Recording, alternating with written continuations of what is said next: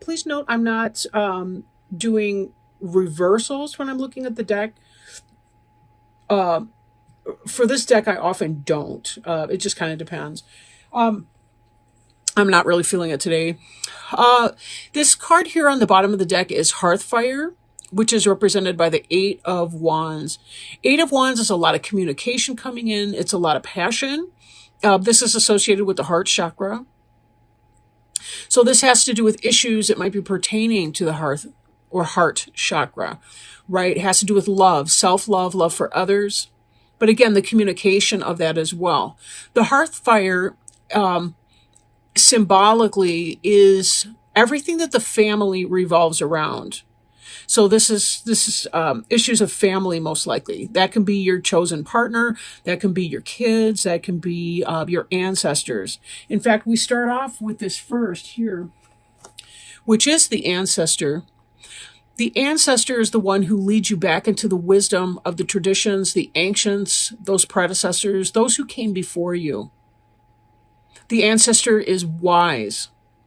The ancestor has antlers, which is symbolic of antenna or higher communication, communication with the spirit world. This is about going back to your roots to understand who you are, where you come from, where you're going, what is your destiny. We see as a neighbor here in the layout, we see the Queen of Stones. The Queen of Stones is typically earth sign, like Taurus, Virgo, or Capricorn. This is the bear. This is about rhythms. This is about going into the cave on a symbolic level. That is to say, when a bear goes into the cave for hibernation in the winter or in the late fall, filled with, they've been eating fat like you wouldn't believe. They go into the cave, they hibernate. It's during the winter that they give birth to their cubs, they nurse their cubs. And then when they emerge from the den in the spring, that's when they go out into the world and teach the cub what how to survive. The cub typically stays with the mom for about 2 years, learning how to fish for salmon, learning how to overturn trees for the grub beneath. So for some of you, this may be about feeling that strong connection to your parents, or your grandparents, or the wisdom of those who taught you, maybe connecting with your own children, teaching them things, teaching them how to read or to write or how to hunt or to fish or to cook. This is really strong wisdom and powerful energy. And if you're not close with your parents, if they're deceased, this can also be about that longing for that, and also finding fulfillment in other ways. Is there some other symbolic way that you can connect with your parents or your grandparents if they're no longer living? How might you be able to bring forward some of that energy? If you need your own learning, this can be about going into books and learning about the wisdom, learning from the wisdom of those that have come before you in that sense. Journals and diaries. Even things like Ancestry.com that can connect you with some of your roots.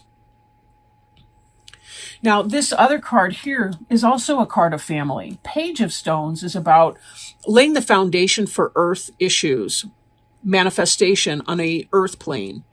The page is maybe a younger person, also could be a Taurus, Virgo, Capricorn.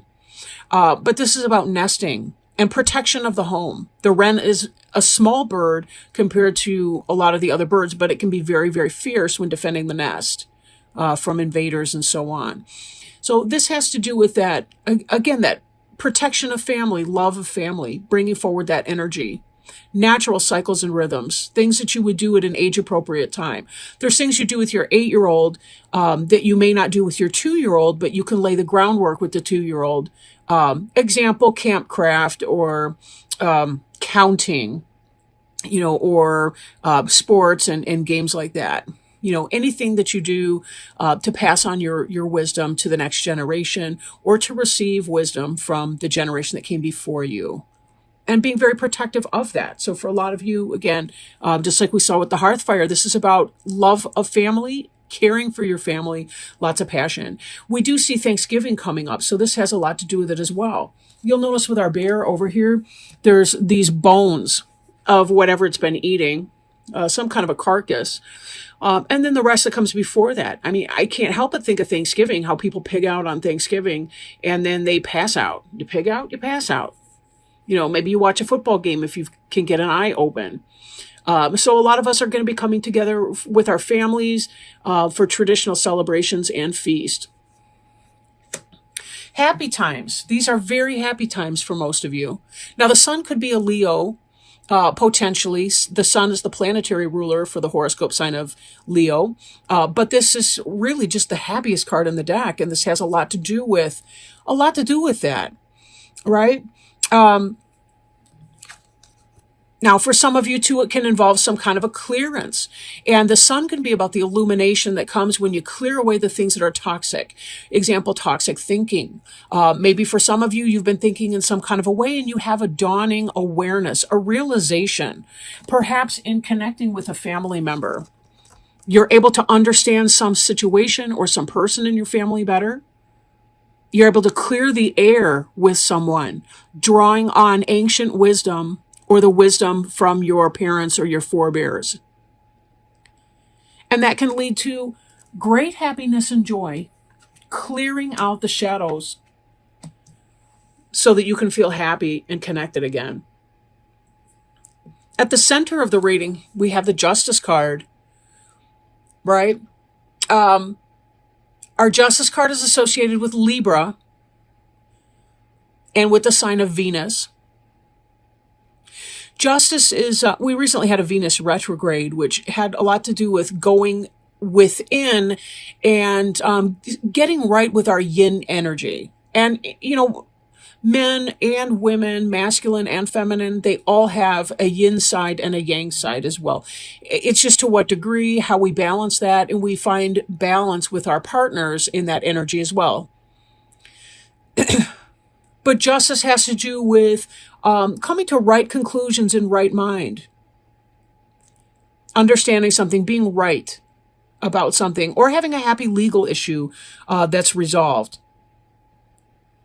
I see also in your present issues of protection, which ties me back to this Ren energy. Some of you may be trying to protect someone that you care about, someone in your family, from the blistering effects of the sun, too much sun. Sometimes people celebrate too much. They take it too far. They get too drunk. There could be a protection, a legal issue. Some people may get in trouble driving under the influence of alcohol. And you, Aries, may be trying to help your family member square that. Just like we saw here that the sun is the happiest card in the deck. Coming next, we see this protection where the deer, there's a fawn in here, is seeking protection from too much sun. It's gotten burnt at this point. While I don't feel that necessarily chips away at the happiness that you felt at the previous moment,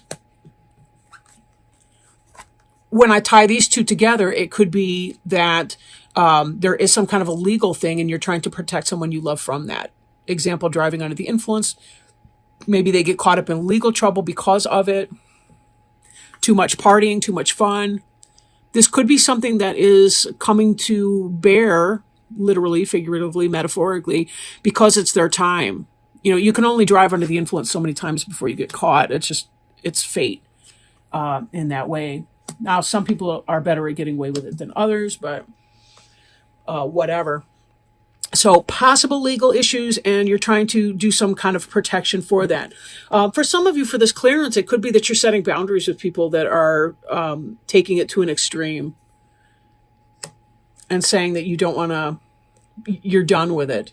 Because coming forward, we have this Ren, this protectiveness of your home. You don't want bad elements or uncomfortable situations being brought into your home at the end of the month here, into your Thanksgiving. Sometimes there's being done with something and setting that limit and saying, no way.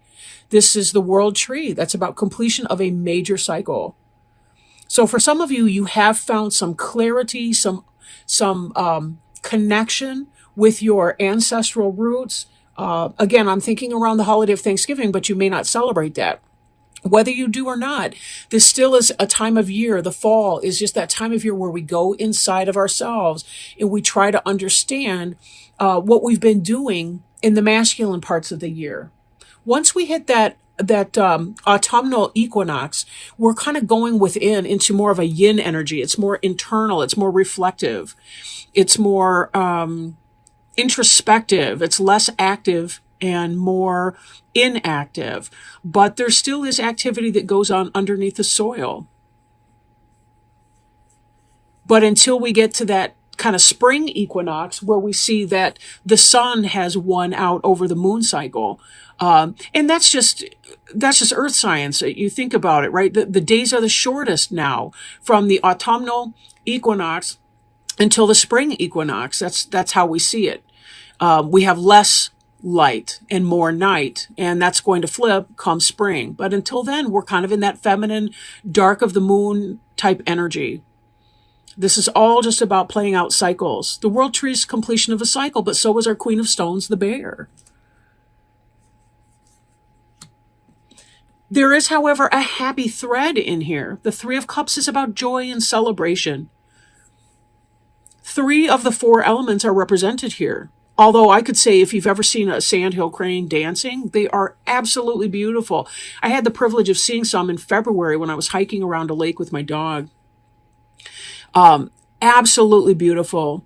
But, you know, they seek their food out of the water. They fly in the sky. That's air element. They nest on the ground or on trees that are rooted deeply in the ground.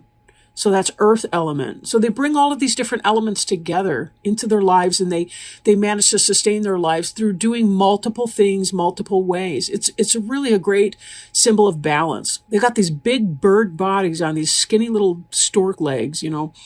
They're really majestic animals. And 3 of Cups, you know, 3 itself is a sacred number, maid, mother, crone. Father, Son, Holy Ghost.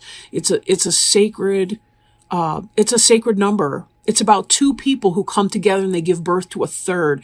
In that you can say there's the individual spirit of each person in the relationship, but then when they come together, there's an additional energy. It could be literally a child, could just be the combination energy of the 2 of them together, what they can accomplish.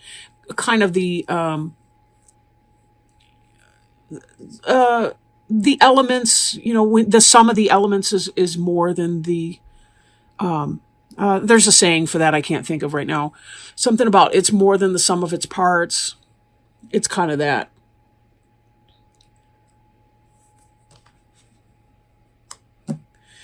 But really, it does feel like, you know, if I were just going to summarize this really quickly, it looks like you guys are getting in touch with your roots. You're connecting with your family and what makes you feel wonderful about that.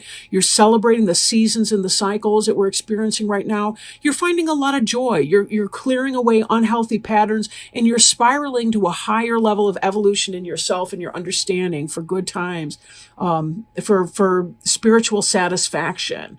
It's like you're setting your boundaries emotionally, physically, psychic boundaries against, influences that might drain you, or bring some kind of challenge in that way. And you're really tapping into, I'm happy to be moving on to this new cycle. This is about bringing in new change, and what that change will look like will depend on each of you, as individuals. Now, I did want to pull, a card for you from the Animal Wise Tarot. Wow. Very powerful. So we have the card of death, which is the snake, shedding the old and resurrection. Very powerful card. It's the number 13 in the, excuse me. The death card is number 13 in the major arcana, indicating spiritual change, spiritual growth. Snake almost never, or death card, I guess, almost never indicates an actual death of a person, but rather about being reborn, so a rebirth symbol, metaphor. Ouroboros, if you think of the snake swallowing its tail, or you think about the snakes on the caduceus. I could be saying that wrong. I've never heard it said. I've only seen it in print. of the snakes that are wrapping themselves up around the staff in healing symbology that you see at hospitals or in pharmacies and so on. Shedding the old and resurrection. And just off the cuff, before I read that, this has a lot to do with the Seven of Wands clearing, but with the bear. The bear is very much about cycles, birth, death, renewal. Okay. The snake is one of the most archetypal symbols, a universal sign of healing, life, death, and rebirth. It is the epitome of transformation, and though often seen as a symbol of death, we forget that death is part of a larger cycle that includes rebirth. Death in the tarot, especially when depicted as the snake, does not in any way, shape, or form imply a physical death. However, it does indicate a transition, a shedding of the old so that the new can be born, reflecting a kind of resurrection at play within our lives. Snakes are amazing reptiles. From the moment they are born till the moment they die, they never stop growing. This is why they shed their skin. They have outgrown it.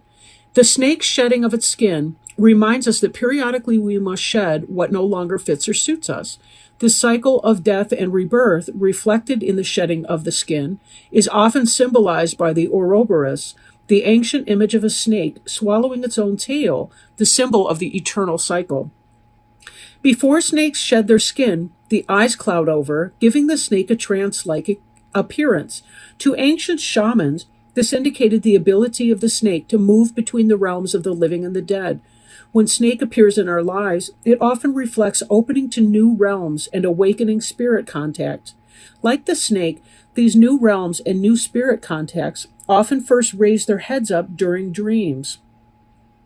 Although snakes have two eyes, they do not see very well, relying on their sensitivity to vibrations and to smell. Do not trust what you see, trust what you feel. You will feel the changes arriving before actually recognizing them.